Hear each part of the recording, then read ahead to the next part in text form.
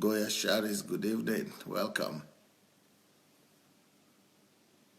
Omonika, Merry Christmas. Welcome. Eric Osadolo. Obi Ojimadu.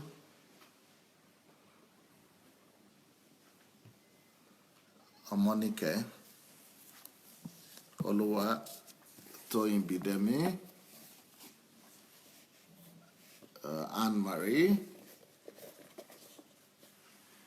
Daniel Asenga. Eric Lindu. Olamide. Welcome, everyone. Elizabeth Ali. Welcome, welcome.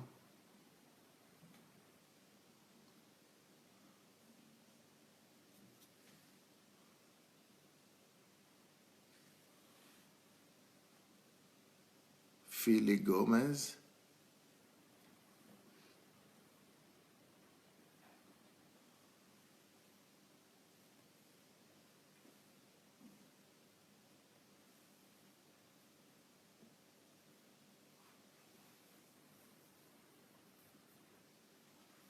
Julie Denton, Iskia Lema, Jeffrey Orogo, Kennedy Festus. As you are coming in, let's go ahead and quickly share the link, if you don't mind. Let's go ahead and share the link to this program. It's going to be an exciting time. Like yesterday was very surprising. It went very well. And some of you are very grateful this morning. You are coming with all sorts of gratitude and comments. That was very impressive. And but the interesting thing is that this has become, yesterday's program has become the most successful program since I started doing this program altogether. So we were 7,000 yesterday when it finished. By evening, it was, I think, 14,000 or so. And then by this morning, it was 26,000. Now, it's over 40,000 views. It's even bigger than HMT. It's even bigger than HMT forward, because you see all that. You have to go the same line. Just don't make all that noise. So it's now bigger than HMT views. So this is the biggest view ever on my daily broadcast.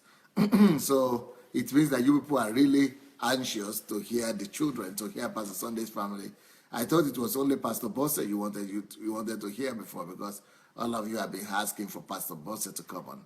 But I see that you are also excited about the whole family in general. Well, here we are. Here we are. We're going to have a busy and engaging program today.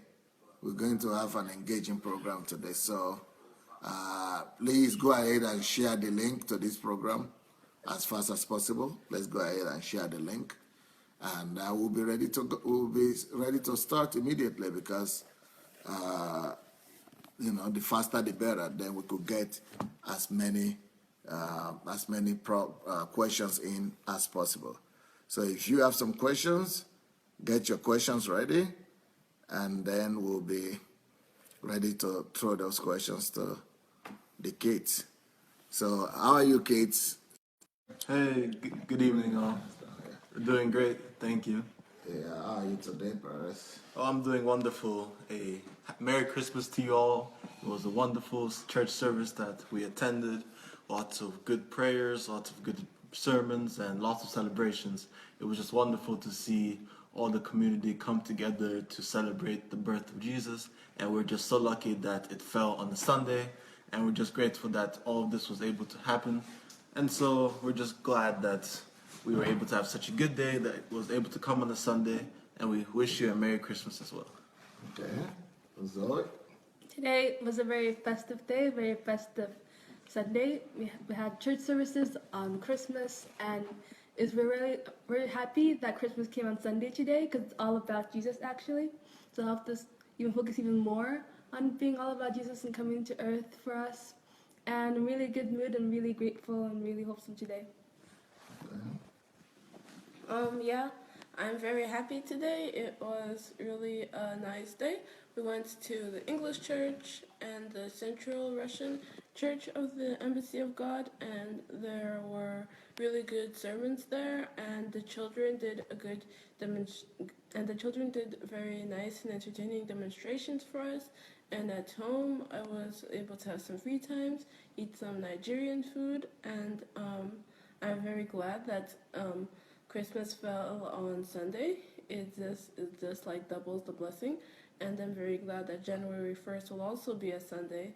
That makes me happy, and every month that has Sunday as their first day will have Friday as the 13th. So my birthday will fall on a Friday. So I'm glad too. 13th of January. Yeah. Okay, now the next question I have for you guys is that people who were actually asking about your salvation experience. When did you guys saved? How did that happen? Do you remember? And how's your relationship with the Lord? Basically, is what people want to know. Well, you could say our salvation story isn't like the most like the classic where you've been out in the world and then you come to Christ with a problem, you come to church and then you get saved. For me at least, I've been in the church my whole life. My parents have been pastors. I've been going to church as long as I can remember, and I've known the Lord as long as I can remember. I've always been praying, I've always been listening, I've always been going to church, listening to sermons, reading about God, etc., etc. But I'd say the earliest recollection or memory I have of like accepting the Lord into my heart, and I guess being old enough to understand what it meant it was when I was 7. So I guess I consider that as when I was adult enough to become serious about like my walk with Christ. So at 7 years old, I gave my life up to Christ. I did the salvation prayer. I repented for my sins, and since then I've been trying to like do the salvation prayer like maybe once every year, once every 2 years, just because it's like almost like a fail-safe. You can't catch like all the sins that you've done sometimes. So I try to like say the prayer every time I have a chance, because at our church during our sermons every Sunday we always call people up for an altar call, and sometimes during them I also participate. I just say the prayer to myself, just because you always want to cleanse your relationship with Christ.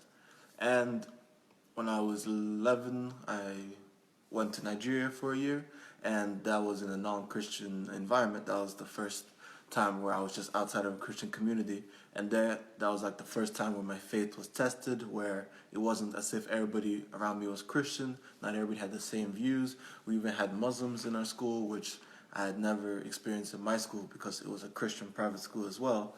So there, where it was tested, and I still came out of it well. My relationship with Christ was still strong, and I'm glad for that. But that would have been like my first time, like it was really tested, because before that I was just living in my Christian community.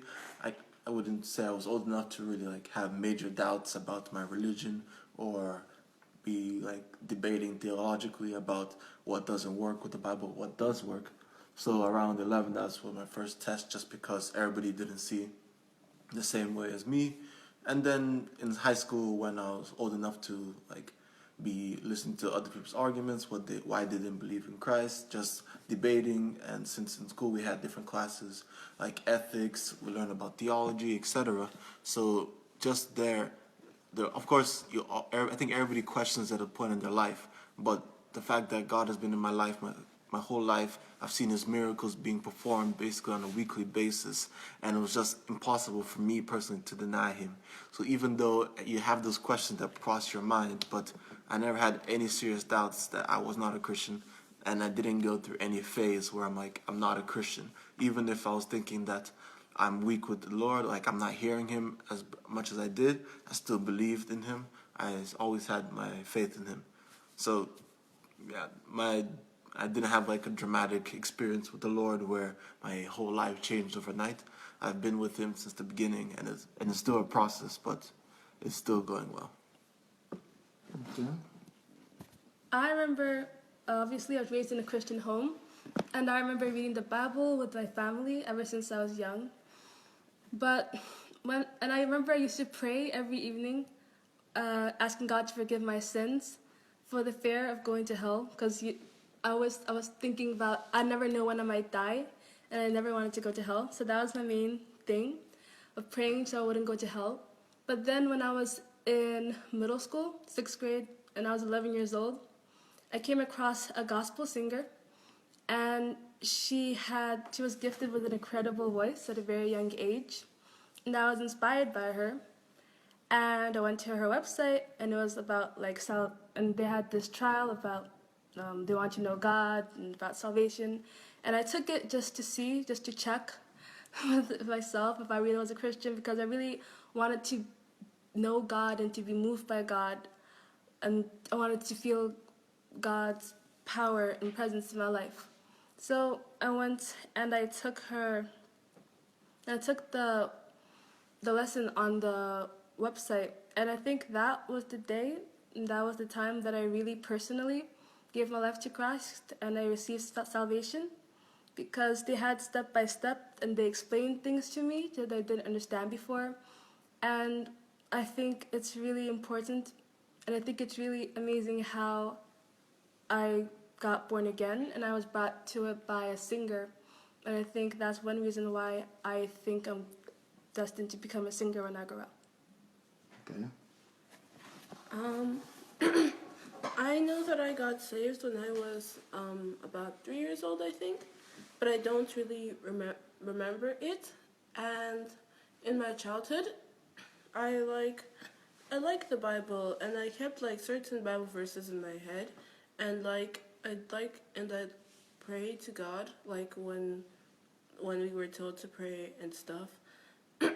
And well, I tried to live by those Bible verses, but other than that, I don't think I had a personal relationship with God.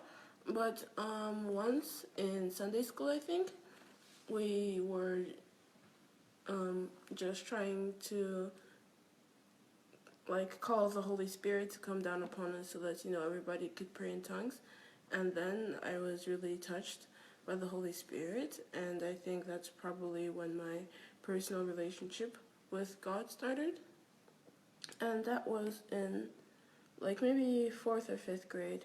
But in middle school, I think I had some problems with idols, and I think I kind of pushed God aside because like I liked material pleasure more, and I wanted to be disobedient, and I was pitying myself, and I thought that I shouldn't listen to God because He is the one making me so sad and not answering me.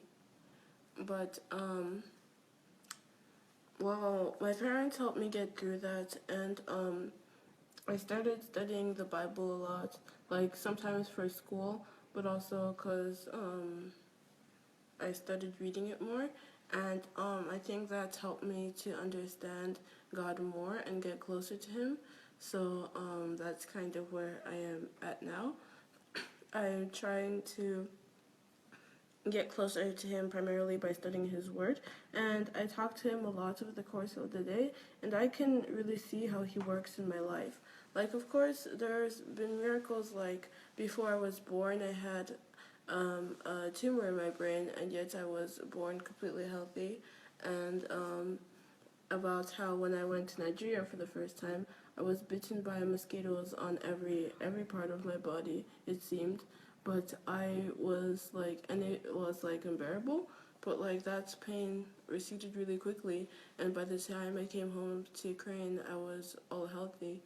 And even in my daily life, like if I feel like super exhausted after school, and I don't even have to ask God for it, but sometimes it just happens that our extracurricular activities are canceled or something, or just somehow get more time on the assignment that was due the next day. And ever since I was younger, I had wished to get closer to my classmates because I kind of like thought a little bit differently from them, and God really did help me with that. So I am really grateful to God, and I really love Him, and I want to get closer to Him. Okay. Another question that is here is mainly for Perez, but from Perez to everybody else, I guess. It says, hello, Perez. A few questions for all the kids. For Perez, first of all, how has your worldview changed since you left home, if at all? Then second question, which could be for everybody, how do you ensure that you are not following the crowd, but you stay in your school or anywhere else, or in the city or in the country or in the world? But how do you stay focused on the values and worldview and the things that you have been taught and you know? That is it's connected to that question. Now, as the older you get, the more you are faced with different temptations and challenges outside the four walls of your home. So how do you, stay focused and with God and with your values? Then the next question is, what's your purpose in life, and how do you know? Do you already know that, and how did you find out? So I moved out of my home and started university in July. So I've been at university for about 6 months now. And I'd say my worldview hasn't fully changed. I have met a lot of new people, like a lot of people of different religions that I hadn't met before because I lived in, you could say, a small, closed community. But being in university in a school that attracts lots of international students, I have encountered lots of different religions, also different people. However, it hasn't really changed my stance on anything. You could say my worldview has expanded, but my faith and my religion has still stayed the same. If anything, it even got more secure, just seeing like the values and principles of people of my religion and people of other religions. But like my worldview itself, you could just say I got more knowledge. It's always good to know more and more, even if it's about different religions. And it's always good to know how to back up your religion with facts. So I think my worldview has expanded, but definitely hasn't changed for the worse. And the second question, which is for all of us, which is how do we remain focused on the values? Well, it's just that I think just from our point of view, it just seems like the best step, the most logical step, where we've already seen the fruits of our parents' labor, people who live by these principles 24/7. And we see people, for example, that come to our church who don't live by these principles. We see where they end up, and we see would we rather want to be like our parents, or would we rather be like homeless, living on the streets, living day to day? So it's almost like it's a very simple answer for us, and especially since we've been grown up to it, that how you grew up, it really affects your character, really affects how you think, your mentality. And the way we were taught very well, very thoroughly, and we just understand that the values that we taught, we wouldn't be taught in any other place.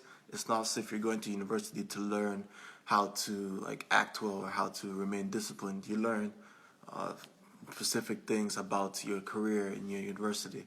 So all these things that we learned at home is things that we understand we won't learn in any other place. So we focus on these things more rather than the other things.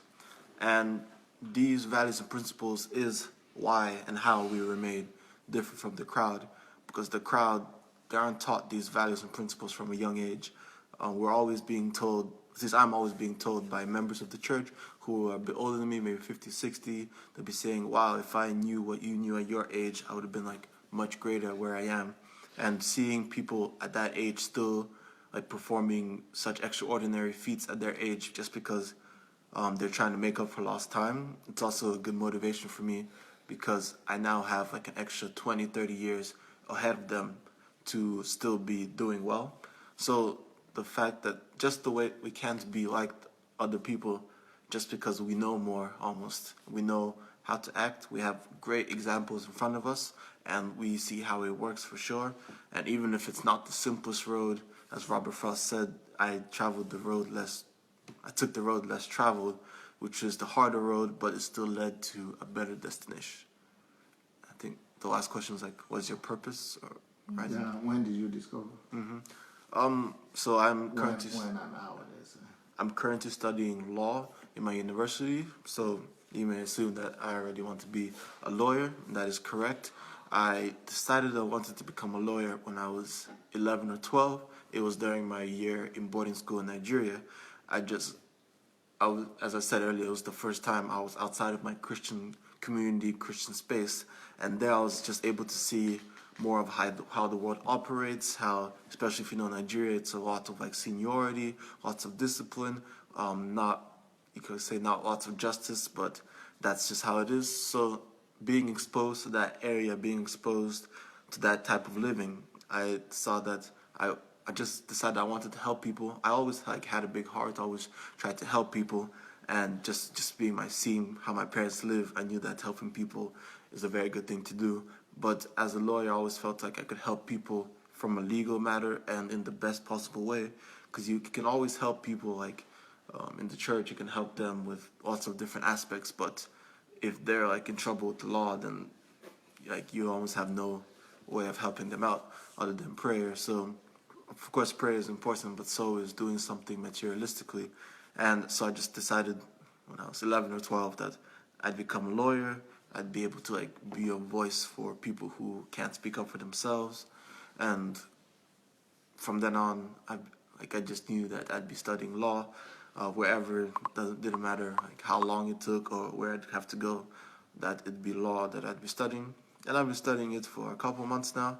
It is difficult, For but what purpose? What's the ultimate goal? The purpose yeah, of that law? yes. And I've been studying for a while. For not a while, just started, and even though it's been difficult, I can see that it's something I'd like to have a future in. And my goal in the end would be to, so as I graduate, get all my degrees, then eventually I'd be able to create my own law firm. And with this law firm, I'd be able to have a huge influence on the world. And through that influence, I'd be able to be putting Christian values in the law aspect, because it's almost as if how the United States was created. Most of the founding fathers were like Christians. They tried to create their country based on Christian values and principles, and just trying to bring all these values and principles that I was taught as a child, trying to bring them into the law aspect of the world, because it's very easy to see how lawyers, they can go into law school with the good intentions, but after all the money they spent, all the time they spent, and all the hard work they spent in law school getting to where they are, when they get to a high level, most of what they think about is money and them being comfortable, and that is very understandable.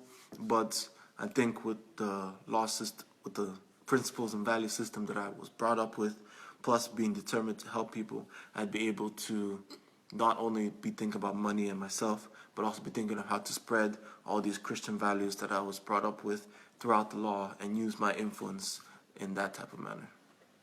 To the society? Yeah, to the society, use my influence on the world, not just like for myself, but like have like a law firm, have branches in different countries, being able to affect it, just like that.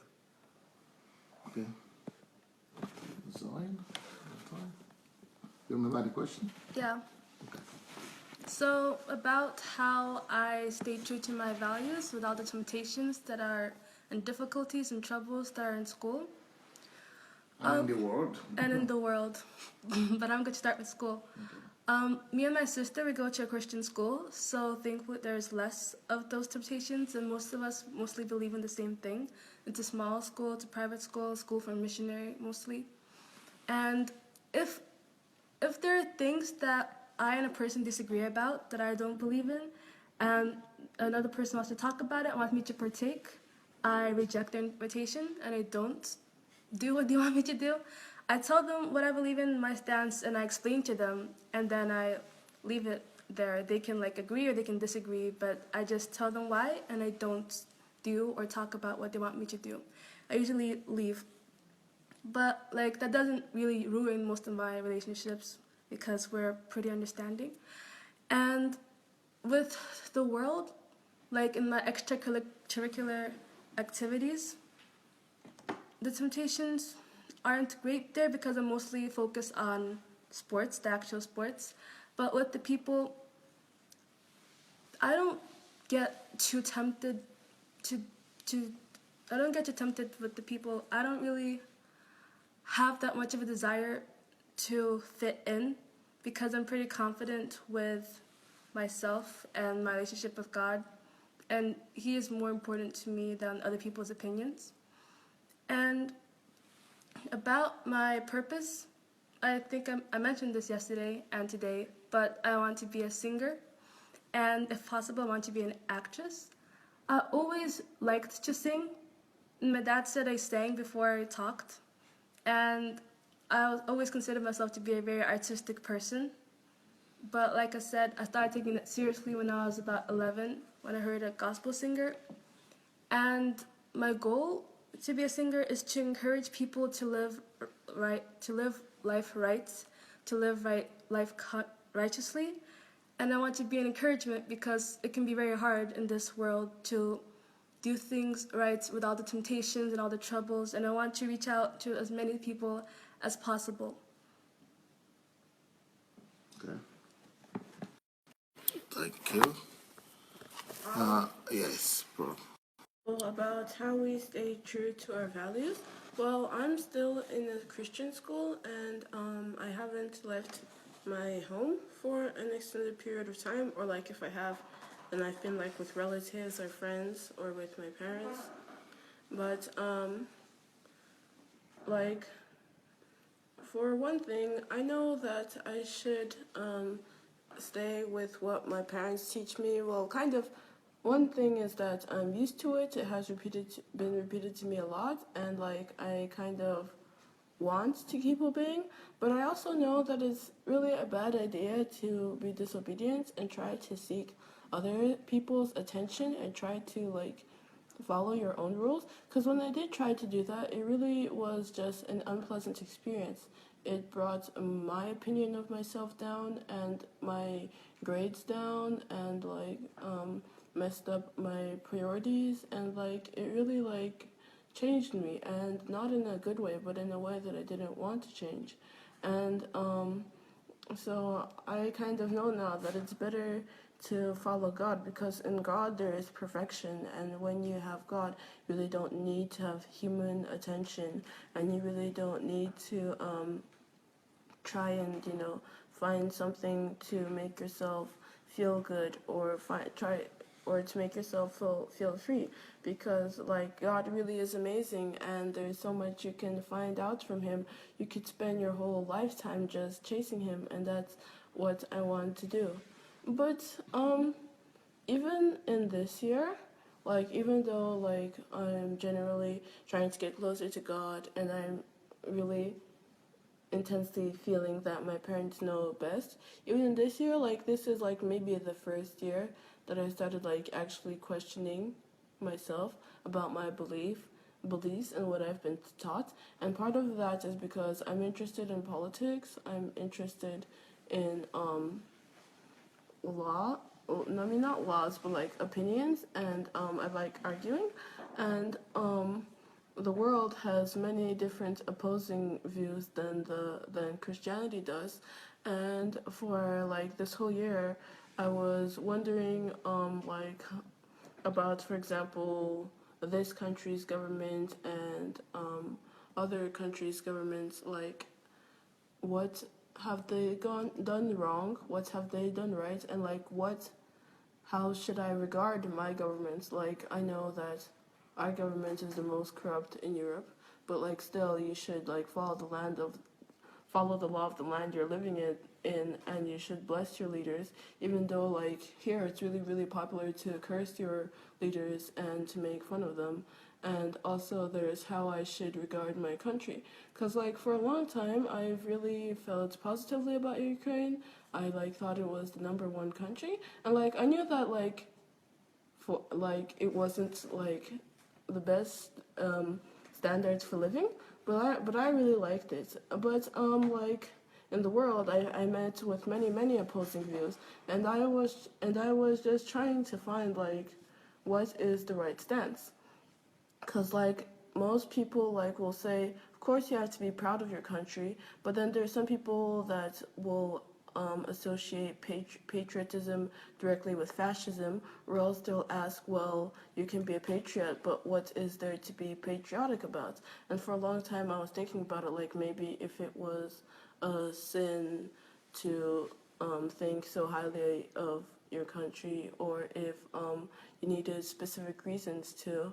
And so yeah, that was something I thought about. And also about how, for example, homosexuality is a big issue between religious people and non-religious people, and like the world is, and that's a really hot topic right now. So I had to determine my personal stance on that, and I had to like answer all the questions that would always come up, and like especially because I tended to like read and watch like informatory sources that were more from the world's point of view. I became like really confused on those points. So like sometimes I do find myself like siding with the world, even though like it might be contradictory to the scriptures. But like recently I started listening more. I started, just thinking of listening to my parents and all of that, and I started studying the Bible more, and then I kind of saw I saw things that resonated with me, and I saw that like I really didn't need to follow the world, because the world is the world, but I am a child of Christ, and my job is to make his will be known and to spread his message. And I think that each person should have their own personal relationship with God. They should come to know him in his own way, but like I don't have to agree with everyone else, because like God created me to worship him and to become closer to him, and that's what I'm gonna do. And so like that's been something that has been bothering me a lot this year, but I think I found an answer. Okay. All right. Now, one more question for you before I do one more thing. Going to be different. I'm going to be doing something different today. That will be a little bit of a surprise for you guys. But one more question that people have asked is some of your value systems that you've been taught. What are the things, the values, the things that you hold important, and what are the things that are important to you, to your life individually? Well, I think I'd be speaking about which ones have been important in my life and which ones I've incorporated at least best during my time away. I think that one proves more which ones have stayed with me more and which ones I value most. So while I've been away from home, I've been in university, I've had my exams, I've had papers, etc., etc. And the values that I could tell that really helped me and like made me like almost different than other people was my focus, my focus, my discipline, and my hard work. Those three, even though they're like almost revolve around each other, those are like my top three of how, because I'm doing law, but I'm doing a minor in business, so I don't have all my classes with the same people. So I'm always having to like run around from campus to campus, from class to class, and I had one more class than all my friends doing law, and I had longer classes than all my friends doing business. So I was like almost stuck between two worlds. And I'm also on the basketball team. We have practices and games in the evenings, and sometimes there are away games, so you have to get ready before. So the fact that I'm able to focus like with my brain, since law and business, it's like almost two completely different facets of the brain that you're using. So the fact that I'm able to focus as equally as much on both parts, where one part it's mathematics, it's high level math, on the other hand it's arguing, it's debating, where I'm able to focus on both really well. That really helped me. And then discipline, being able to just sit down and read for hours and hours, which is pretty important when you're doing law, because you need to know more than what you taught. Lecturers, they teach, but it's not up to them that you understand what they teach. It's up to you. So you need to go back and try to like almost teach yourself, do you understand what you were taught today? If not, I have to read, I have to go on the internet, surf the web, try to understand more. And that only came from discipline. If I didn't have any discipline, then I'd be fairly content with just only going to the lectures and only going to and only understanding what I got straight from the lecture. But that wasn't enough. The discipline aspect, it really helped when I was tired, especially as I mentioned before with basketball. I had to be disciplined to make sure I'd finish all my work before my practice started, because I knew that if I had to do work after a practice where I would be very tired, or after a game, that my discipline, I knew that I'd just be weaker. So that's just being wiser. So the discipline aspect, it really helped with that. And hard work, where I'm not trying to be just an average student at my university. I'm trying to get the highest grades possible. And in order to do that, you need hard work. You need to do extra studying. You need to be going to the libraries. Thankfully, some libraries at my university are open 24/7, so you're able to be there as much as you need to. But yeah, just being able to focus, to have discipline, and to work hard, those are very important. Another important skill, I guess, or value that I was able to pick up from home was time management. And yesterday, somebody asked us about our schedule, and we outlined how we'd wake up early, go to school, have our extracurriculars, come home, eat, do our homework until we finished, and like maybe watch our favorite TV show, until a kids show, until we go to bed, like shower, etc. And that I found out that really helped me in university, because I was able to plan my day much easier. I was able to see my classes. I was able to plan, okay, maybe in between these two classes I could get some reading done, or maybe before basketball practice I can finish this, so, or maybe after basketball I can cook this. So the fact that I was able to make a schedule quickly, because you don't know your classes before you get there. You get to university, then you see your schedule, etc. The fact that I was able to get my schedule up quickly, I was able to adapt to it. I think that really helped.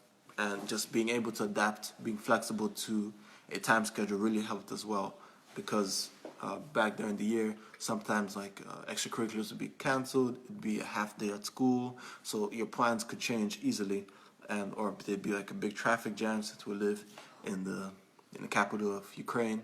So just being able to learn how to be flexible, how to adapt to any changes in university, a class being canceled, a game being moved to a different date, etc., etc. Just those things, being able to have a time schedule yet being flexible, I found out that really helped me. Okay. What are the main value systems, values that you have embraced in your life? They want to make a list of them. Like in our home, there's a great emphasis on productivity, spending all of our time doing something productive. So we make a schedule for the day and plan our day out, what we're going to do with our time, and how much time we're going to spend doing this thing, that thing, developing ourselves, developing our skills and our talents, and the self-development, self-education, looking into things that you want to know more about, looking into things that you don't understand. I also think that helping others and being grateful for things is something else that we learned at home, because we're very privileged and it's very easy to take things that we have for granted. So we help others, help those who help us, to show that we appreciate what they do for us. And a really important value system to me, for me personally, is kindness to people, because we don't know, everybody has their own life and everybody has their own burden, and why add just unnecessary trouble to their lives when you can help them instead of making their lives a little bit harder. Being nice to them, because you don't know what they go through or where they've been. And also being able to listen, for me, because people that always like to talk and they always have something to say, no matter how shy or quiet they seem. And when you listen, you can actually help them, rather than when you talk and just spout your own opinion and talk about yourself. Because everybody likes to talk and everybody wants to talk and everybody wants and desires attention, but you don't always have to have the attention. And talking to others also when you need help. And talking to people who can actually help you, not just to people who want the answers, who want to know stuff. Talking to close friends, talking to family, and talking to some adults. A value system that is, like I said, to show thankfulness, show gratefulness, and show appreciation, and setting time aside for God, because we won't be anything without Him. He is our everything, and He is like the center of our lives. And being goal oriented. The reason we plan our days is because every day is a week, and a week is a month, and a month is a year, and years are lives. And our lives have to be moving somewhere towards a goal, towards a mission, towards a vision. So life is time is life. And every second of our lives is already being gone. So everything that we do, every time we're alive, we have to be moving towards something, a goal. And God gave us a purpose, God gave us a mission. So we have to try to find out what it is as soon as possible, and then make tiny goals, make steps towards that big mission, the big goal, so we can get there at a reasonably, the good amount of, make reasonable goals to get to the impossible, and God will help us along the way. And also, never being too busy to help others, because we can't do anything on our own. Okay, that's all. Yeah. Right. Thank you. I think that one of the most important values that has been stressed in our home is work before play, priorities in general, but like we take the hard way first and work before play. Those are things that have been repeated to us a lot, and I think that really helps in our daily lives and how we live our life and how we perceive the life around the world around us. Also, we've been taught to self-educate ourselves when we have free time, to not just like squander it, but to like find things that you haven't necessarily been taught. Like even if you were taught something in school, then you should like look up more about it and like become a master of it. And especially if you don't understand something, then you should work like 2 times as hard on it until you like understand it better than everything else that you learned. And that's something that we've been told to do a lot, and to work on our skills, but not only like the talents that we have innately or the things we have a passion for, but to learn new skills too, like learning languages and learning music and like physical strength, training yourself. Those are also things that have been encouraged. Also, we've been told to like selflessness also, because it's just like really easy to be selfish, but like if you pity yourself, then that can just be a very dangerous thing. You can waste so much time pitying yourself, and you can like drive yourself into failure. You can literally cause your own failure just because you're pitying yourself so much, and you won't get up and face forward. And like we've also been taught that, of course, though our main goal is success, failure is inevitable. And in fact, we should be happy for failure, because failure is the mother of success. And just like, how can you even have success without failure? I mean, you just have to look at all the great people in this world, to Thomas Edison and Bill Gates. Thomas Edison and Bill Gates, and all the great people in this world, to see that of course they had to fail a lot, but look where they got. Even in the Bible you can see that Joseph, he was sold as a slave to Egypt, and yet he became the second in command there. He became a great person. And even David, he was just a shepherd boy, nobody respected him, but he became one of the greatest kings of Jerusalem. So you should know that even and something that we're also taught is that problems are a blessing from the Lord. They're a blessing in the package, because if we didn't have problems, there would be so many things we didn't have today.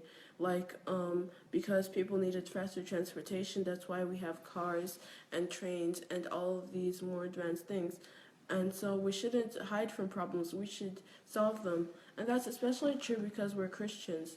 Like, we are called to be the heads and not the tails, the leaders. And what are leaders expected to do? Of course, they're expected to solve problems. So if there's a problem somewhere, of course, we have to get involved in that. And we shouldn't shy away from problems because we have God on our side. And what is a little earthly problem when we have the Almighty God on our side? Of course, there'll be problems. And God told us that there'd be problems. But he said in just the first chapter, the first verse of James, that it is trials and tribulations that make perseverance, that bring up steadfastness in the person. So we should be expecting them, and we should be happy for them because we are followers of Christ. And yeah, that's something that we've been taught. And also to ask questions, to ask yourself questions, to not let yourself be idle, not to let your brain be idle, but to always be thinking about what can I do for God today, what haven't I done today, how is the situation that I'm in, or what can I do to come closer to my purpose or to my goal today. We're always taught to ask questions and to find out more.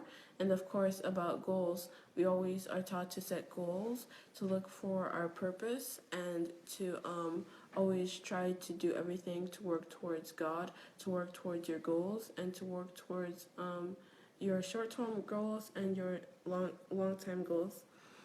And of course, organization is stressed, just like Perez said, time management. Of course, I have problems with time management and organization, but our parents really do help us with that. And I think that I still am bad at writing schedules to the very minute, but by writing things down in the order that I should do them, it's really helped me keep my focus. And focus is another thing that has been stressed, to not to let your head be over the place, but to be focused, to be concentrated on what you're doing. That is one of the most important things in success. You need 100% concentration, and to not like my father said in Russian, that one moment the person is here, but the other moment he's somewhere else. And what if daydreaming? Yeah, what if that would happen in real life? That you were just sitting somewhere doing your work, and suddenly you just started thinking about something else, and you literally just disappeared. Just think about it. Would you ever finish your work? Would you ever be successful? But it's basically the same thing when you're daydreaming, because if you're writing a very explicit essay about the future of the economy, if you start daydreaming about penguins or something, what good will come of that? How will it help you write that? So yeah, we're taught to have good concentration and good focus, and to keep on being persistent. Yeah, we have to keep on being persistent. And our father and our mother are great examples of that, because they came from humble origins, but it was really just their hard work, their desire to get closer to God, but also their desire to achieve their goals that brought them to the place that they are now. And yeah, also obedience is stressed, of course, because sometimes we want to follow our own things, but just like the Bible says, obedience is better than sacrifice. We have to love the Lord as we love ourselves, and as it says in Deuteronomy, you love the Lord with wholehearted devotions, with all your mind, with all your soul, and all your strength. So the word listen in Hebrew implies a response. That means that when it says in the Bible, hear what the Lord says, listen to his law, that means obey his law. So obedience is really important. And one other thing, I think he started stressing it more when we were adolescent, and we were starting to think about issues that we might have, is that you don't have to get ahead of yourself. Of course, you have to be thinking as for the kingdom of God, and that heaven is in front of you. But how in the world, there's a big culture of romanticism, of falling in love as fast as you can, and finding happiness and like having a great, big, and happy family. But like we have to know that if we're just thinking about, oh, I want to find such a pretty boy, I want to find such a pretty prince for me, then like that won't bring us closer to our purpose at all. It will just distract us. And like I'm just 13 years old. Like what am I doing thinking about marriage or thinking about having children? I have to be focused on school right now. So that's something that God taught, that Dad taught us too, that we should like focus on what we have to do right now and not think about things that don't concern us yet. Brilliant, brilliant. You remembered a lot of brothers. Wonderful, wonderful. Well, I have a surprise for everybody now. I'm sure that you'll be wondering, is it possible for us to have Pastor Bosse here and to answer some questions? Is that something that you people would like? Anybody would like us to invite Pastor Bosse at this time so as to be able to, ask us some questions? So if you are interested in that, I could try to arrange that. And because I'm sure you might have some questions for her, but I would say that most of the credit here is going to Pastor Bosse. Like I said, I just have to be here and provide the infrastructure or provide the environment. But most of the work that has been done on this case have been done by Pastor Bosse, really. My own work was to make sure that from 3 years old, they definitely don't remember, but from 3 years old, I started working on each and every one of them. Between 3 and 12, I work with every one of them. Some, with Perez, it was more than 12, but with most of them, between 3 and 12, I was working with their value system.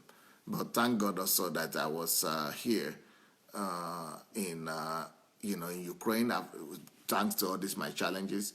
So all those years that I missed with Perez when he was that age, because I was traveling a lot, I was able to recoup them when I was not traveling the last few years. So he was able to be there with the sisters, and I was working with all of them. But Pastor Bosse is the one that has been constant and stable, and she's the one that has been there all the time. So I think she will have some practical aspect and some practical wisdom and experience to share with all of you on how she has succeeded in raising up such godly kids. And also, many of you have been begging me to bring her up and to ask her some questions, and to to just bring her up to answer questions and to be here with me in the program.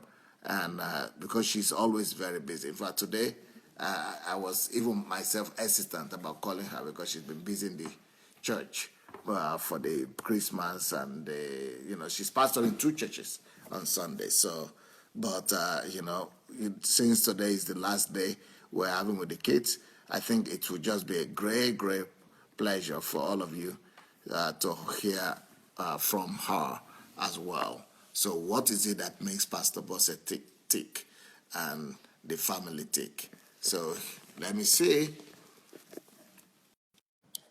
Now here is my princess. That's Pastor Bosse right there. Hello, princess. Hello. Yes, welcome. Thank you. We're here with people from different countries, definitely, and all these people have been waiting to see you. This week I was talking about bringing up, becoming heroes to your children, really, and bringing up godly children, how to become heroes to your children. So could you please help us out answering questions, because people were so impressed yesterday with the responses that the children gave, and this I've had my greatest views, Facebook live views with them since yesterday. We've hit over 40,000 views, since they came on yesterday, just in 24 hours. So, so people are interested in this topic. That's the point. And please, Princess, here, go ahead and share with the people some of the principles that have helped these kids to become who they have become. Hello, everybody. Merry Christmas. I wish you more peace, joy, because that's the main message of Christmas. That's the main message of Christ. And going straight to the point, even before then, I want to thank you guys for taking your time watching all this live broadcast. And we hope that this way we're able to contribute something meaningful to your life. So going to the topic we are treating tonight, how to become a hero to your children. I think the first thing, of course, we are talking in the concept of the Christian faith, Christian worldview. So I would say the first thing is having faith in God, because we know without faith it is impossible to please God. Without faith it is impossible to do what God asks us to do. I say faith because it's a very big thing, a very, very big thing to bring a child to this world. It's a very big thing. From one side, God, on his side, decides if a child will be born or not. You know, some people have a desire to have children, but God is not giving them. Some people are like infertile, they cannot conceive a child, and even some, after conceiving, they are unable, you know, to carry through the pregnancy. So there are a lot of what I would call abortion, but not the really abortion we know. A lot of things that will not make a seed get born, you know, a child get born.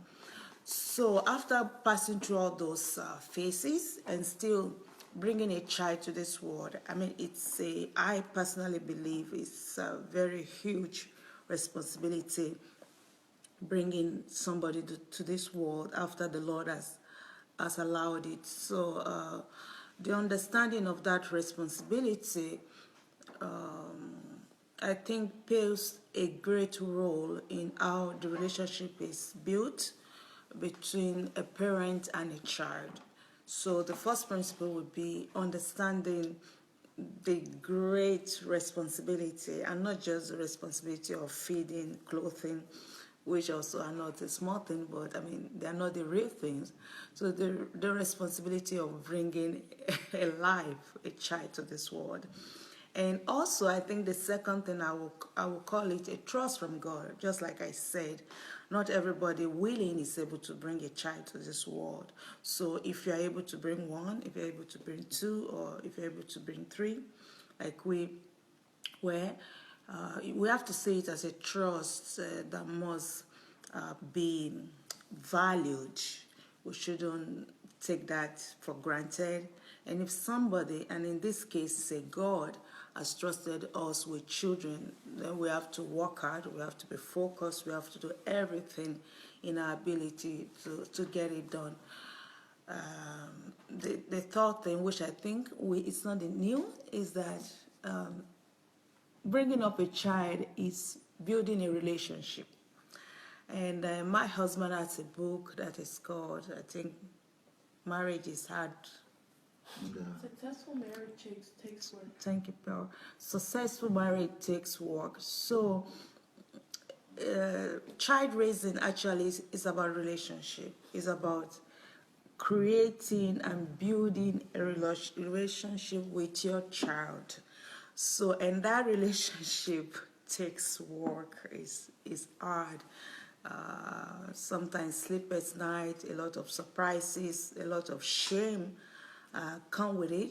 But if you know where you are going, and if you understand purpose, if you understand responsibility, if you understand trust, then you are able to stay through it until you start reaping the fruit of your labor. So I really want to stay back. I don't want to stay and talk about building a relationship with your child, because all this child raising, training a child, all this big thing that our world is suffering from. Of course, I don't want to take any great credit for myself.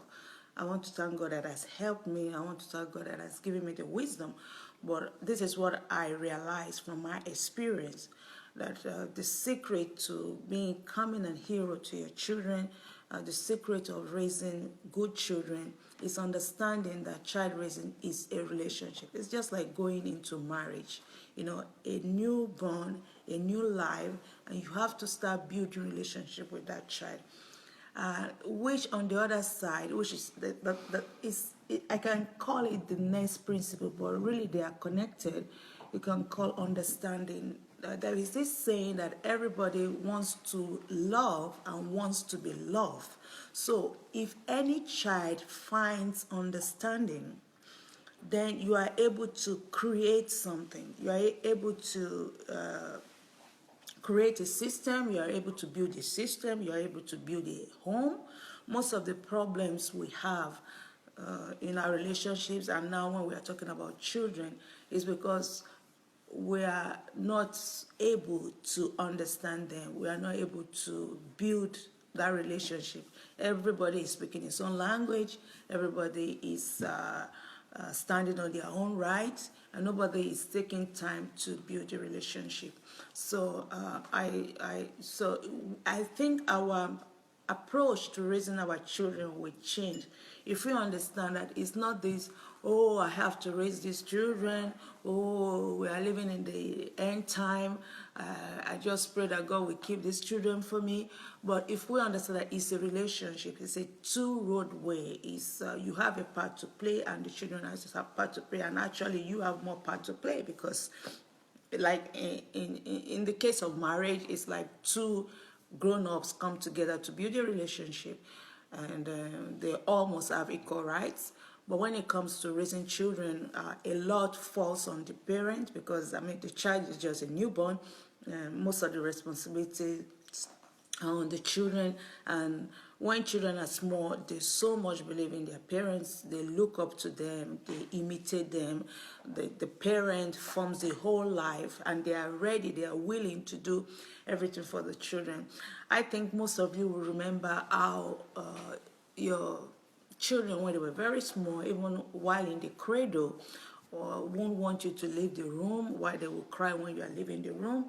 And after sometimes when they are able to crawl or they are able to start walking and you need to go out, you will see them not very happy when you are going out, and they even cry when you go out. And when you come back, they are so happy to see you, because you are everything. That you are their life. You feed them, you clothe them, they know your voice, they know you are the only thing they had. And if we are able to create a good relationship with that level of trust at that time, it will really be a smooth relationship.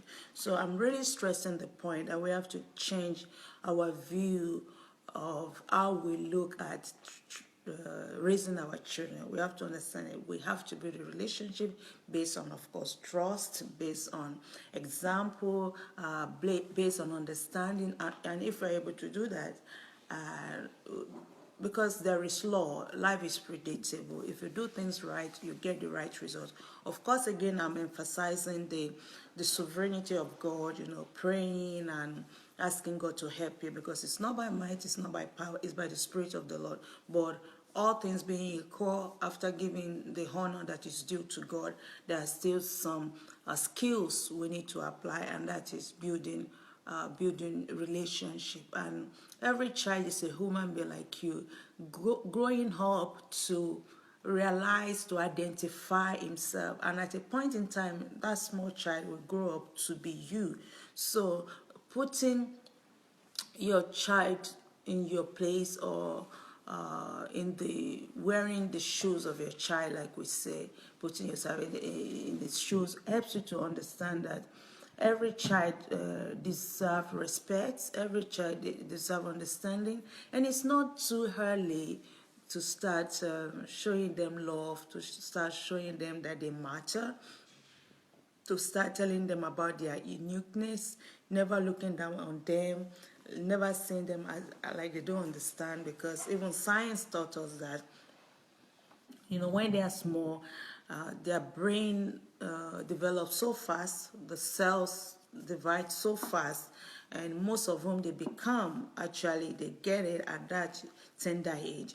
So if a parent has a good understanding, that time is also a very good time of you know, pumping a lot of good stuff, a lot of good values into the children. So still on this topic of building a relationship, for example, when Perez was growing up, I came across just one time, maybe another teaching or another book I read, that the most important need for a man is respect. And then I had a child, maybe about 8 years old. Perez was 8. And I thought about it. The most important thing for a man is respect.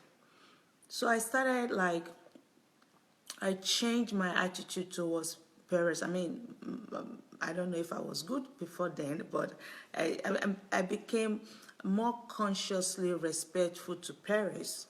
So I started, like, you know, I pay attention to how I approach him. Like, I was brought up in Africa, and in Africa, you know, we have this superiority mentality that, you know, your parents, not that they can really call you anyhow, but they can say, do this for me, you know, without the please, without could you, would you. And I was brought up in that culture where nobody, you know, when my parents would want me to do something, nobody asked me, can you, are you available? Are you free? I mean, it's like, I mean, they say it and you run to do it. But when I understood that men needs respect, and I'm raising a man in my house, although it's like, it was 7 or 8, but just like I said, it's a human being. So I started treating Perez more respectfully. Before, it was go and do this, and I expected him just to leave anything he was doing and go and do it, because I'm a parent, I'm a mother. I carried him in my belly for 9 months. I've cleaned all his pools, I fed him, I didn't sleep for many nights. So, but then when I understood that you have to be respectful, so instead of giving those commands, giving those orders, as young as 8, 9, I changed my attitude to Perez, and that helped a lot. And of course, it didn't end only on Perez, though the most important need for ladies is love, understanding. But since I started with Perez, it just passed down the line. I try to be more respectful. I won't say 100%, because it was also a transition for me with the other girls. So that's just with the other girls. So that's just an example of what I'm trying to say, that if we approach child raising as building a relationship, and as adults we understand the importance, the values, you know, the challenges of building a relationship. So if we also approach child raising that way, I think it will give us a lot of results. It will bring a lot of ease, and our children will enjoy us more, and they will have more good memories of who we have, because the home is God's system of raising godly children, not the street, not other people. And God has given the parents a very valuable place in the children's life at a younger age. So we have to maximize that, because the older they get, the less grip we have on them. When my children were younger, I almost knew everything about them. But now I can't boast of that. You know, they have their own life. There are things I don't know about them now. So that time we were their world. We have to show them example. We have to maximize that process, because after sometimes it won't be like that again. Thank you. Another question here for you is, there are actually 3 questions. One question says that, how do you balance your schedule your busy schedule with parenting? How did you balance that? The second question is, how do you reprimand or punish, or your children when they do something that you don't like? Punishment. So one is schedule, punishment, and the other one is advice to single parents or single. Okay. I would say, I thank God that things happen in stages in my life. I'm lucky, and when I give consultation to aspirants in marriage or to new families, I always tell the husbands or both of them to try to save enough before having children, so that if it's possible, when they start having children, the mother will have a flexible regime at work, and even an extended leave, maternal leave. I was able to balance parenting, number one, because I wasn't as busy in ministry when I was raising my children. I had time at the beginning to raise my children. I wasn't working. I was just serving in the church. So I didn't have is it 9 to 5 work or 8 to 5 work? Although,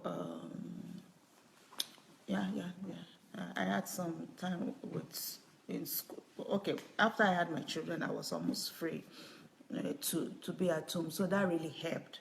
That received the burden of, having to wake up in the morning, go to work, find a place to dump your child and get the child after work and stuff like that. So that helped me. And I like I said, I wasn't into ministry like I am now. So ministry, the roles I took in the church and in the ministry, they came at a later time, and they came state by state.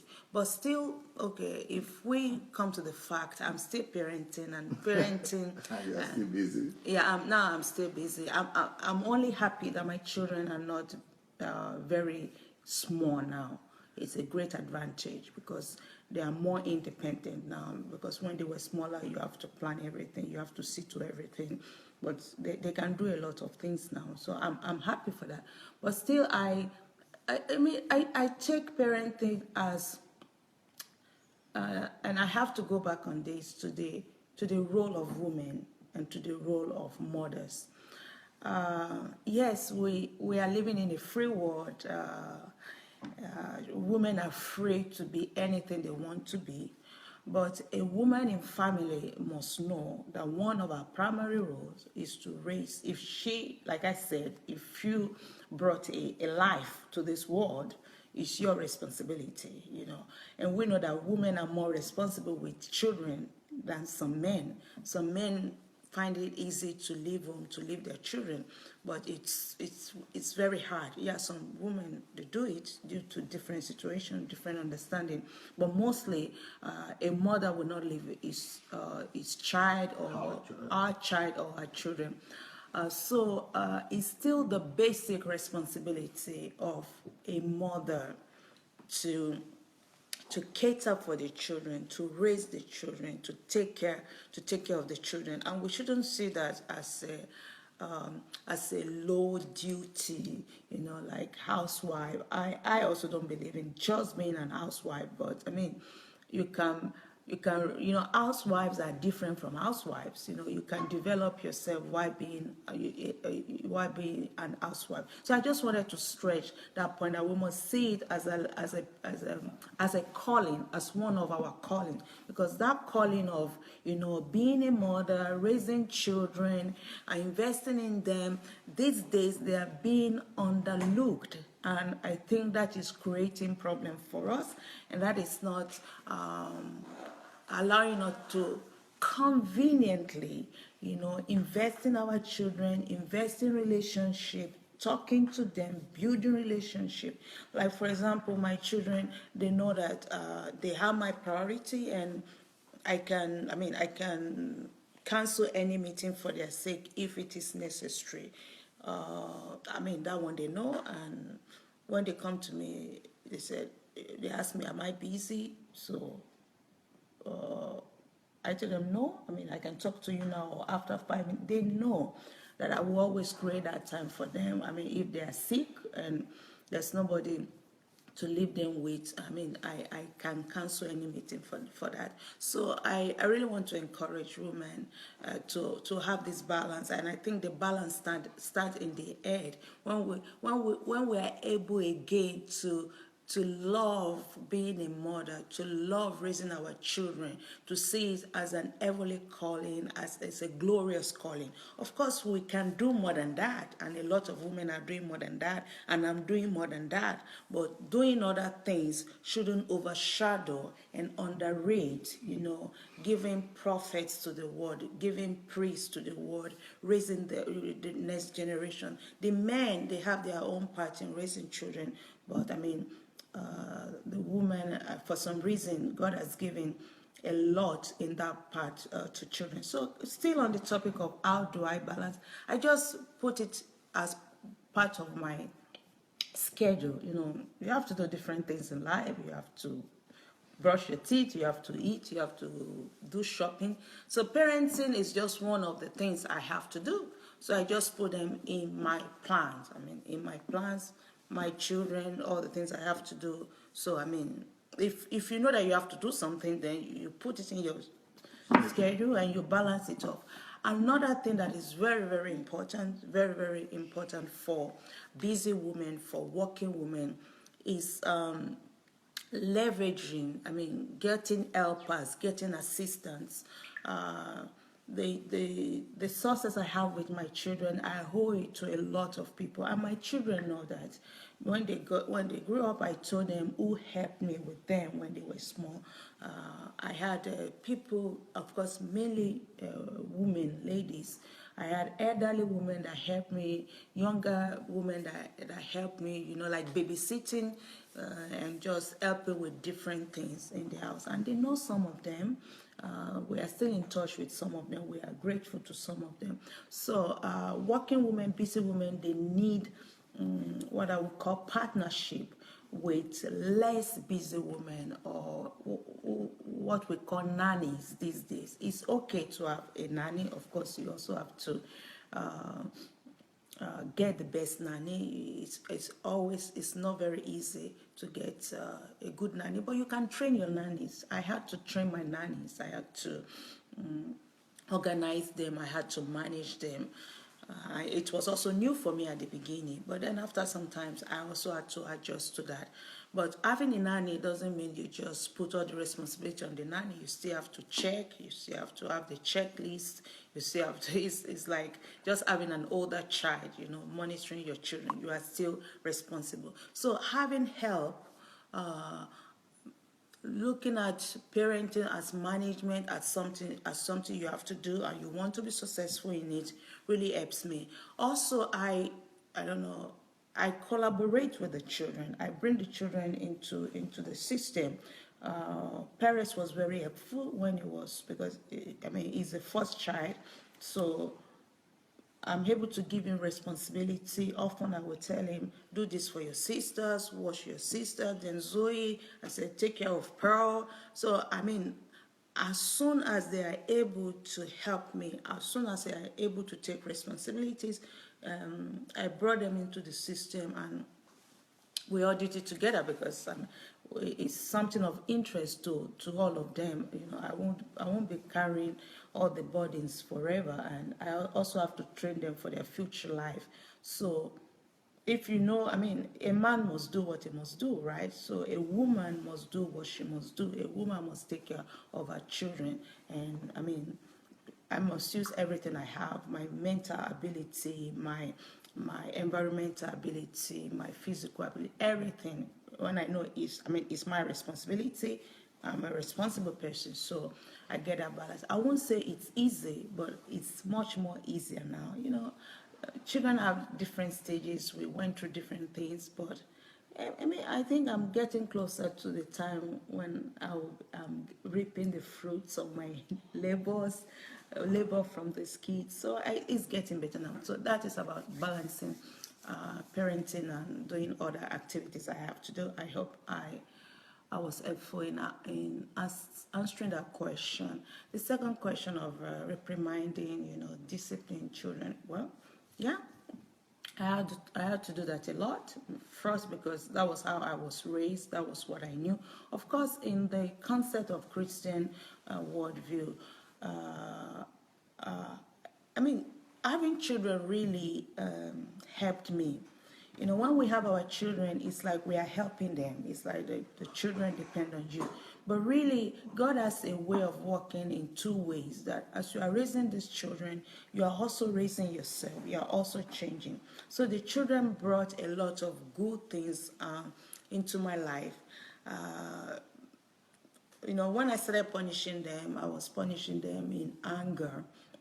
But after some times, working on myself, reading a lot of books, I understand that no, you don't need to punish them because you are angry. You don't need to punish them because they are not doing what you expect them to do. You have to punish them in a way that the punishment will work. Because when we punish our kids in anger, or when we punish our kids out of frustration, or because we are angry at their dad, there are a lot of things children go through. The punishment really doesn't work because the only thing we're able to pass across is the anger. So the anger continued. So yeah, I had to spank them. I had to put them in the corner. They had to kneel down. They got grounded. They got talked to, and each one of them took it differently. Like when I talk Ashley to Zoe, that was the worst thing in her life. She just doesn't like that Ash talk. But when I talk to Perez, it's like, okay. Maybe it's because it's a boy and it's not as emotional. So different child reacted differently to different disciplinary measures. But I believe in disciplining them, and it brought its kind of result. I personally, now that I'm older, I think it's somehow possible to raise a child without punishing them.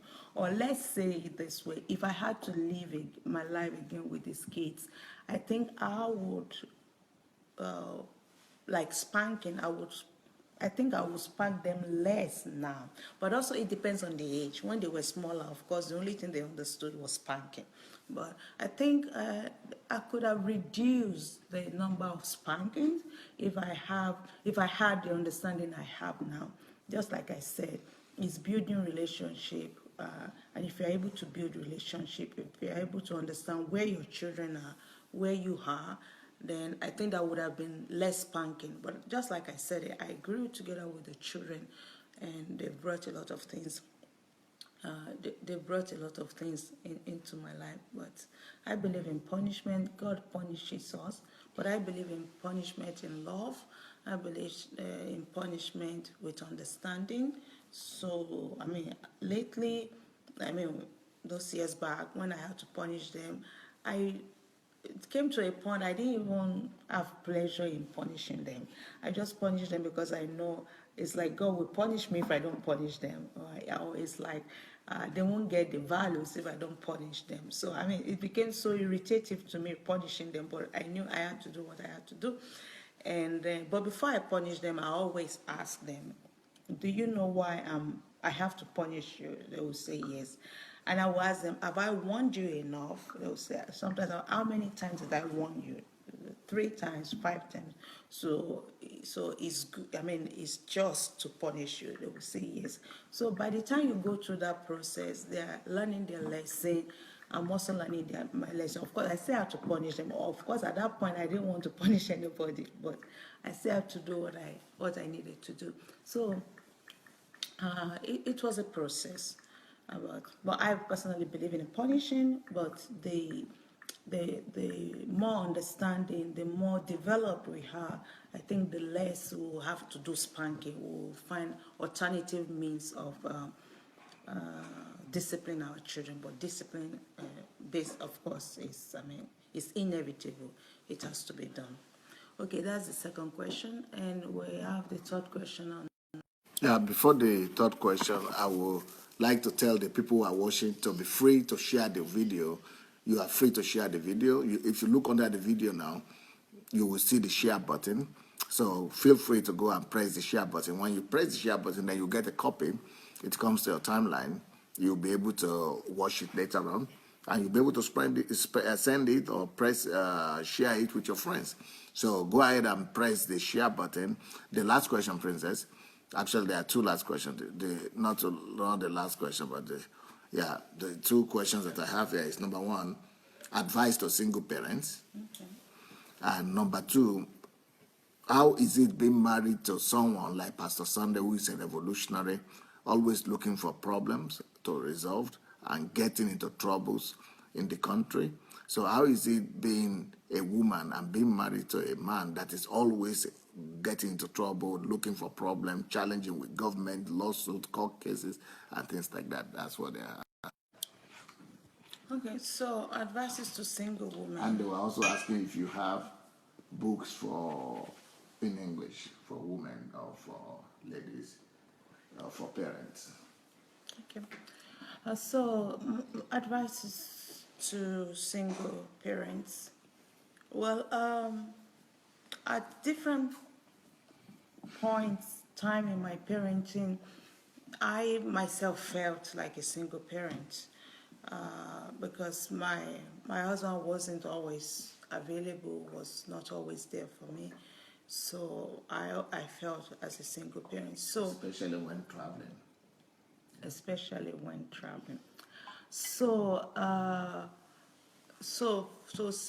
mean, to single parents, I think it's even easier. I mean, in that sense, because you know that you don't have an husband. Because when we have an husband, we seems to be demanding because we are two.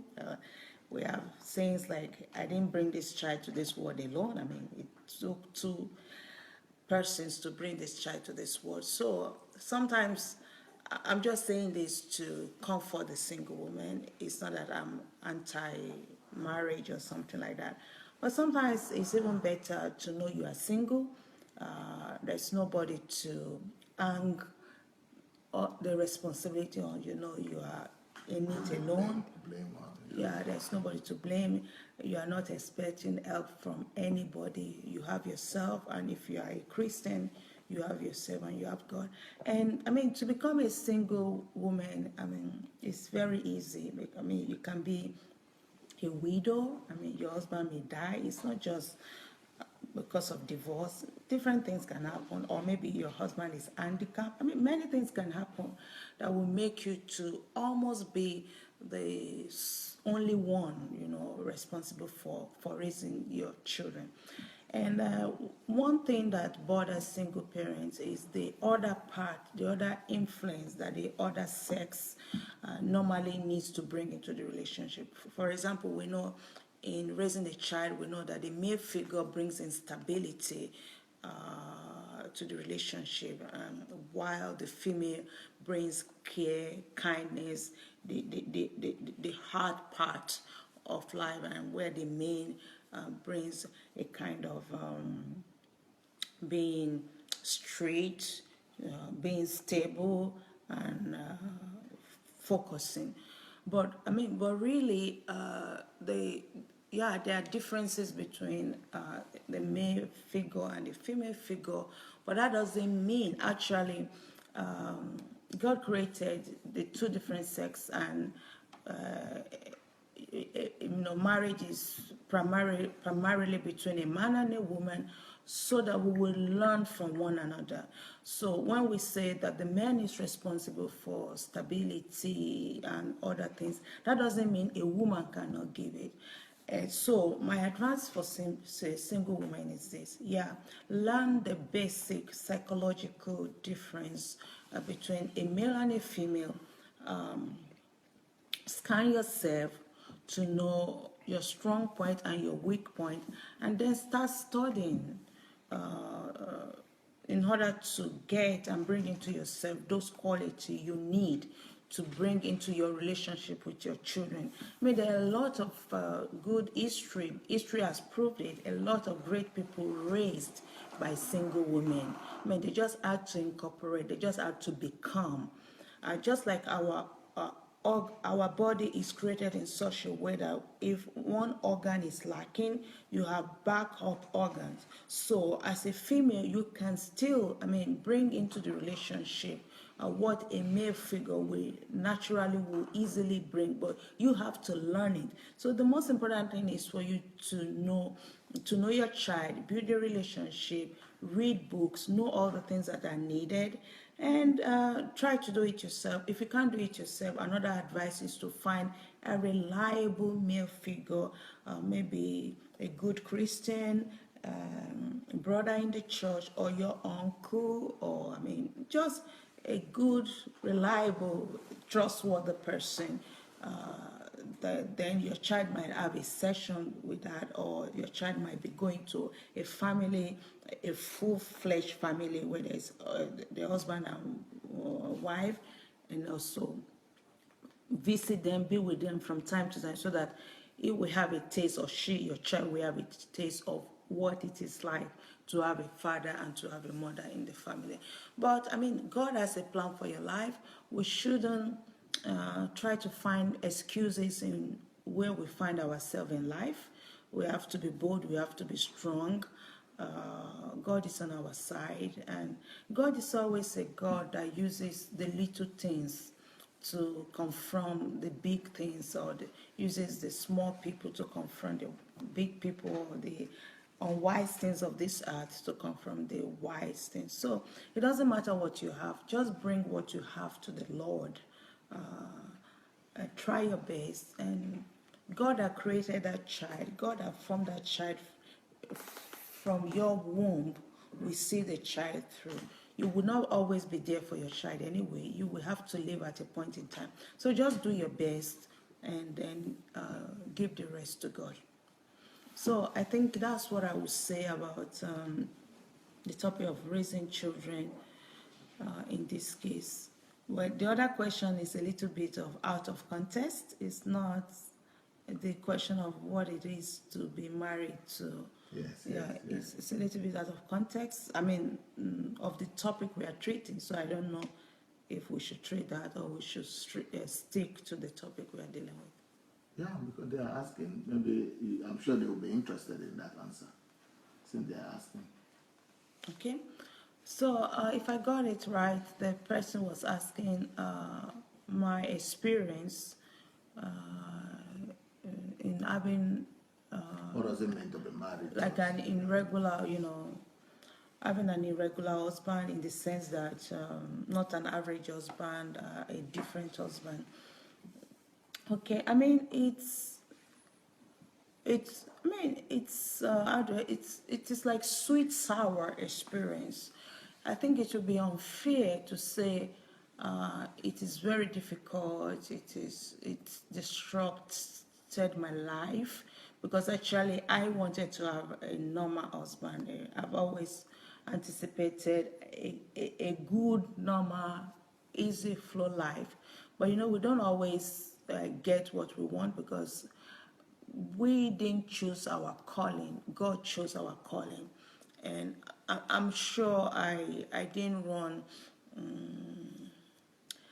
in front of God. I'm sure that in every stage of my life, God has led me. So in marrying Pastor Sunday, there are just too many proof to show that it wasn't my thing, but it was really God's will for us to be married. And we are two different personalities, and that was really very disturbing for me at the beginning. But then at a point when I started understanding more of psychology, when I started understanding that people are just different, and when I know that you can't really change a person, that reduce the pressure of feeling uncomfortable with some of Pastor Sunday's moves, with some of Pastor Sunday's opinions, ideas. Also, living with Pastor Sunday has really helped me to understand the other side of life, that people are different, and you have to allow people to be people. You don't need to live your life carrying the burden of other people or trying to restrict people. Of course, you can give advice, but people will always do what they want to do because that is their calling. That at least that is what they feel they want to do at that time. Also, being married to Pastor Sunday has really helped me, and I don't think, just like I said, that raising the kids has contributed something great to my life. It's the same thing coming in touch with Pastor Sunday and being closer to him than most people has really, affected my life, has really, changed my life, because you cannot have it only bad with a person. Everybody has their pluses, every person have their minuses. So I don't think, for example, I don't think I would be in ministry now if I hadn't come so close, or I'm not part of the Embassy of God Church, because I'm this person that I just want to be average. I just want to go to church. I want to sit at the back seat. I don't want to be on the stage. And not knowing that God has put a lot in me, and I have a voice, I can help people. So Pastor Sunday helped me to bring out, that potential in me, because I never thought I could be a leader. I didn't even want to be a pastor. So I give God the credit, but that was done through Pastor Sunday in me. Then when you talk about, it was rough, just like I told you, I wanted to have an easy life. Then when you have a husband on the other side, what you call a causing, revolution, revival, changing things. But after some time, just like I said, I'm not his creator, I'm not his God. And if he says that is what God wants from him, who am I to say, okay, that's not what God wants from you? The only thing that is clear is that everybody must take responsibility for for the calling of God, upon his life. So basically, it has changed me. It has given me a better understanding of psychology, better understanding of people. People, especially developed people, Christians, they do things because of some inner processes, something going in them, and you can't always interfere with that thing that is going inside. Second, regardless of the differences, there are a lot of good. You can always get something good from even people who are different from you, but still you have to deal with them. Also, having a husband as Pastor Sunday has also given me a lot of exposure. My word would have been thinner without him, but because of his worldview, because of his scope, because of his understanding, and some of that has rubbed on me. Initially, I was very emotional about some things. I was angry. I thought it brought a lot of inconvenience, a lot of shame to me. But the more I grow in God and I understand, my life is not dependent on what my husband is doing or what my husband is not doing. I have a God, and this marriage relationship is just something to fulfill God's purpose on this earth. So I shouldn't take it too far, as if my whole life depends on it.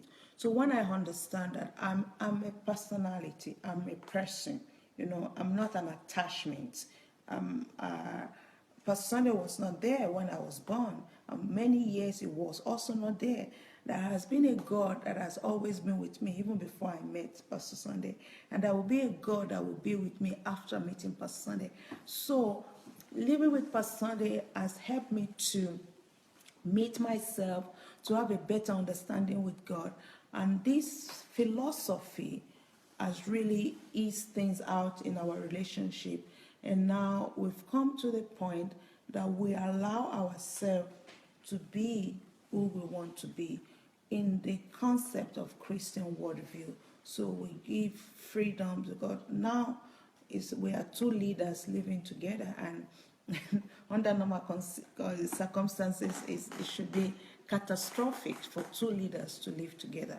But because of all the things we have gone through, a lot of talk, a lot of experiences, time has proved some things. So, I mean, the secret is, allow me to be me, and I allow him to be himself in the concept of Christian worldview. That's what I would say. The question about if I have books in English, I have only one book that is ready in English.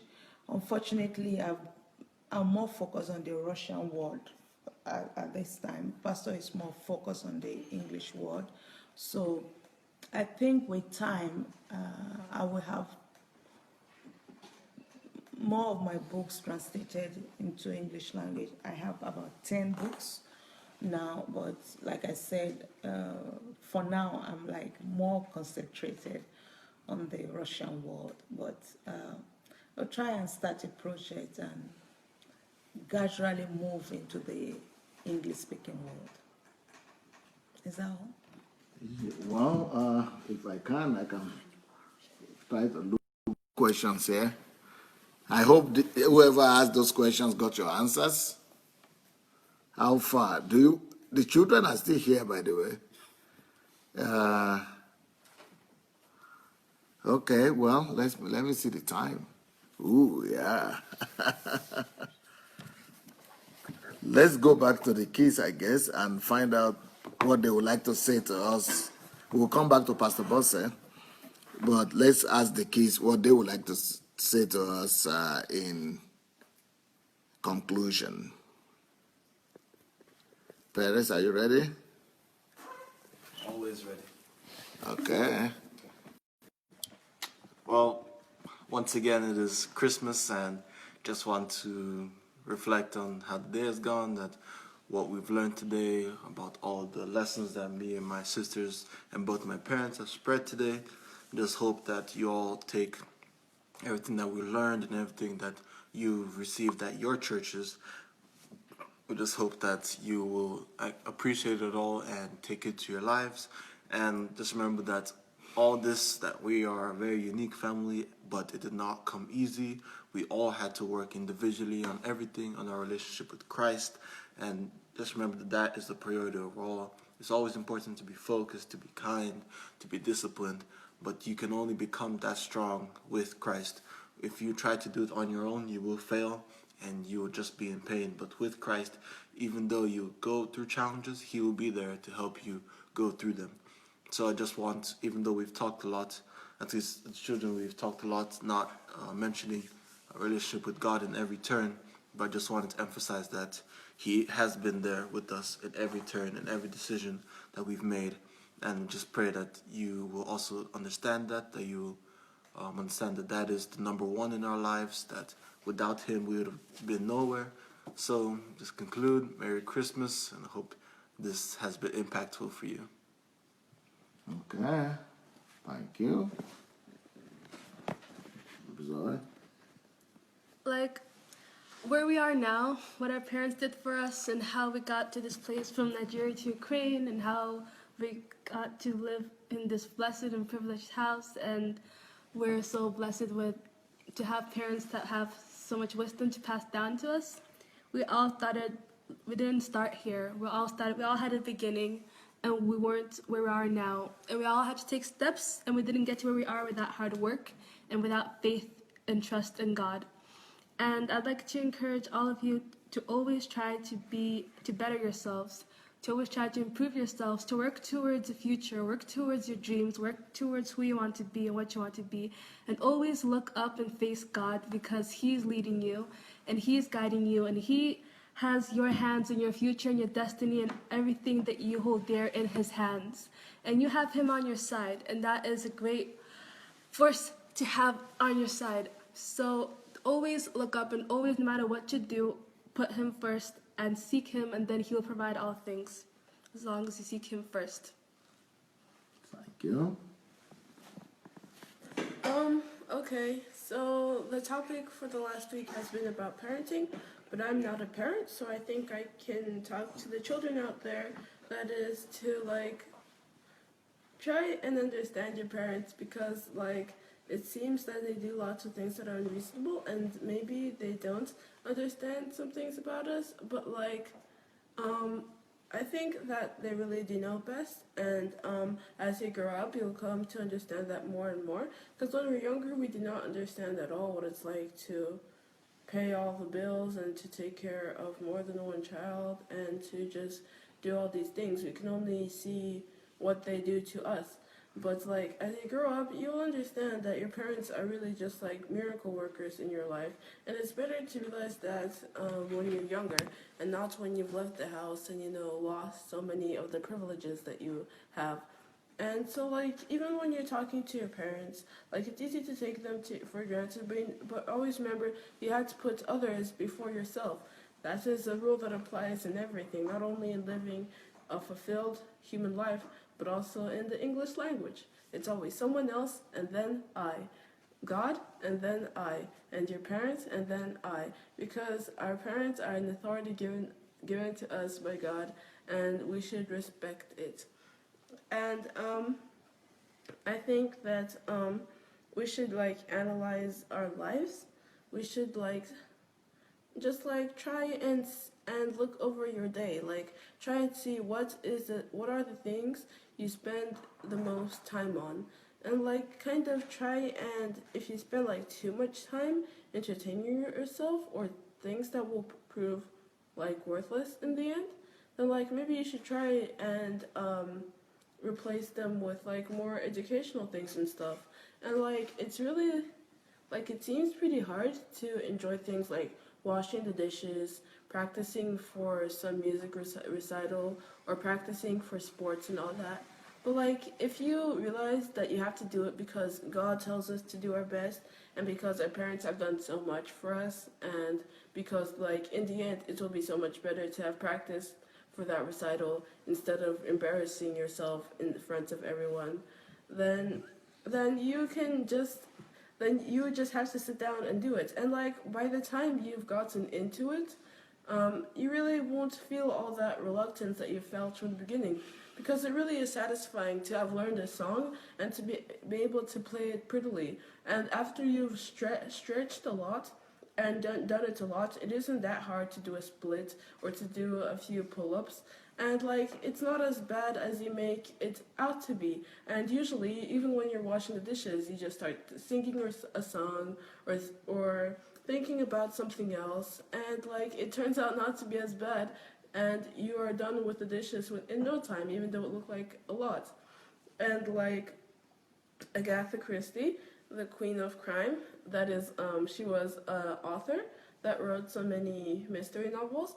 She even said that the best time to think up of a murder mystery is when you're doing the dishes, and that was just because she didn't like the dishes. So like even if you don't like to do something, you can just turn it into a good thing. And like you should always be taking steps to get closer to your purpose or to find your purpose.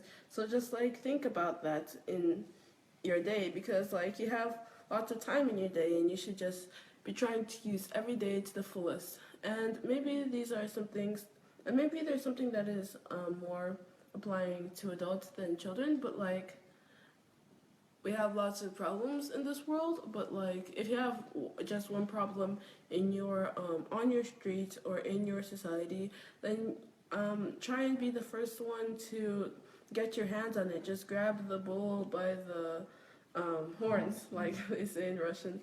And because you can do that in Christ's names, but also you can do that to prevent more things like this from popping up, and to train discipline in you, and to just become a person that is going forth and just initiating things and not waiting for things to come to them, because that is how all the apostles that we admire so much worked. They didn't wait for people to come to the church to them. No, they went out and they added 3,000 to the church in one day, 1,000 to the church in one day, this many Gentiles to the church in one day. they didn't really sit around though, only just to fast or to get closer to God. And for children, sometimes it's frustrating because like I have lots of thoughts and there's lots of things I'd like to do, but it feels like you have to be an adult to like change so many things that you think are wrong. Like you can study it now, but in the end, you really have to go to college and all those years before you can actually do all the big things that everybody dreams of. But still, for example, one thing that seems easier than it actually is a problem that we have here, and that is ourselves, because character is what becomes your destiny. So you have to like start working upon your character now, because if you don't, then you won't even be able to achieve those big things that you're dreaming of. And it's really hard to actually change yourself, because like you want to do something, and if you want to do something, what will force you to change yourself from the person that wants to do those sinful things or things that will waste your time?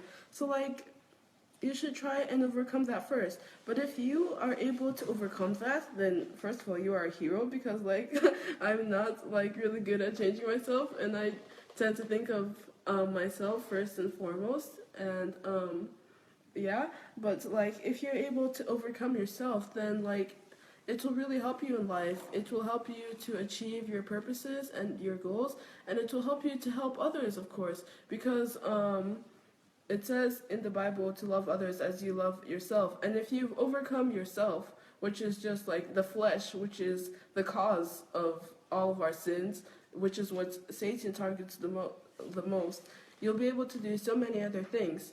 It's like, do your best, don't give up. There'll always be trials in life, but of course there will be a calm after the storm. Even if it feels so horrible now, feelings are just fleeting things. What you feel like, if you've fallen down and your hand hurts, that's also just a fleeting thing. And you have to just remember, if nothing else, then in heaven, we will be rewarded for what we did. So thinking that, no, I really don't want to practice for this, I want to pleasure myself right now, just think that all those like entertaining shows that you've watched, in the end, what has it given you? When you get to heaven, like what will you have achieved? Like you could have spent your whole life watching so many entertaining things, and you're always so entertained, but when you die you'll have nothing. But if you're practicing and stuff, and if you're working hard, and you're able to bless the world, like God blessed us through your hard work, then when you get to heaven, you'll see it won't be empty. You'll get a reward. So yeah, try to be thinking about those things. And thank you very much for watching. Your questions were really good. They had me think about a lot of things, and I know that I have to still improve myself in a lot of places, so let's all do our best. Thank you. Thank you, bro. Thank you. Okay. Now, Pastor Bosse, what would you like to say in conclusion to all already been said today? Once again, I would like to wish you all a Merry Christmas. Christ is born, the King is born, the prophecy is fulfilled. And one of the reasons why we are here and we live the kind of life we live is because Christ is born. That is the conclusion of all the matters. And concerning this session we had about raising children, I hope I've been able to help with some of the wealth of my experience with raising 3 wonderful champions that God has given me. I enjoy each one of them. They are all different. I mean, we've gone through different seasons, but it's a joy to see them growing up and to see that God is alive, and I believe they will be able to pass on the seed, because somebody said your success in raising your children is not really in your children. You will decide if you are successful or not in how your grandchildren will be raised. So we still have a long way to go. So if they are able to pass this value down to their children, then I can call myself successful, we can call ourselves successful. So the work is still going on, but so far so good. I have wonderful relationship with these children. With the girls, we are becoming friends more each day, and even with Perez leaving the house. That has brought us closer. Uh, we seem to cherish each other better after, having the experience of living home. So I'm grateful to God. I think God has been gracious to me. God has been good to me. And one of my calling, which is raising godly children, is being fulfilled. So thank you for being with us tonight. May God bless your home, and may God transform your children. And God is not hypocritical. What he did for one, he can do for others. So God bless you. Enjoy the rest of your day. Huh? So, God bless you. Merry Christmas. Happy New Year's. We wish you a Merry Christmas. We wish you a Merry Christmas. We wish you a Merry Christmas and a Happy New Year. Good tidings we bring to you and your King. We wish you a Merry Christmas and a Happy New Year. Feliz Navidad. Feliz Feliz I don't know the whole Navidad. lyrics though. You should. Feliz Spanish class. 3 years ago, Feliz Navidad. We wanna wish you a Merry Christmas. We wanna wish you a Merry Christmas. We wanna wish you a Merry Christmas from the bottom of our heart. We wanna wish you a Merry Christmas. We wanna wish you a Merry Christmas. We wanna wish you a Merry Christmas from the bottom of our heart. And Scene. On the first day of Christmas. no. I Okay, think just kidding. show's over. Jesus loves all. Peace on earth, goodwill to men. Stop. Show's over means stop singing. Okay then. okay. All right, guys. All right, everybody. Well, I hope that you people have shared the link to this message. Tomorrow is Monday, so I'm starting another series to prepare us for the new year. In Russian too, please. They want you to sing in that song in Russian too. I don't know, maybe about the new year or something. Not about Christmas. But No, you can sing that. Okay, sing.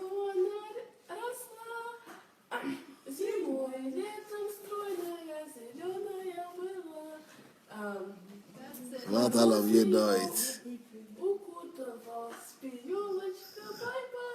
Anyway, so if you have not yet shared the link, please go ahead and share the link to this program.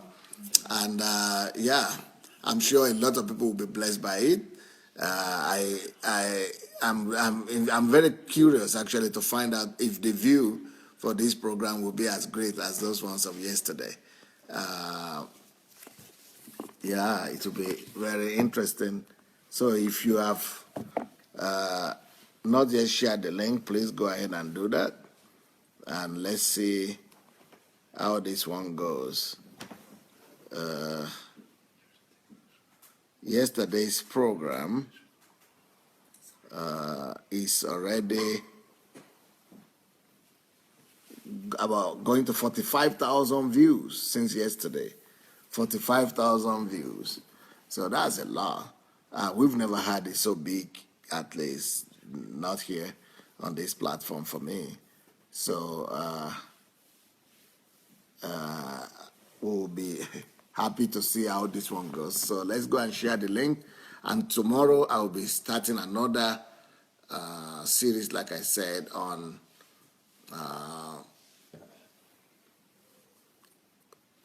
getting ready for the preparation for the new year. I think we just call it preparation for the new year. So I hope Deola Disu is here. Getting ready for the new year or preparation for the new year will be the topic for next week, because that is the topic that will lead us into the new year. So thank you, family. Thank you, all of you. I can't read the comments because that will take us for another hour. We're already here for 2 hours, actually.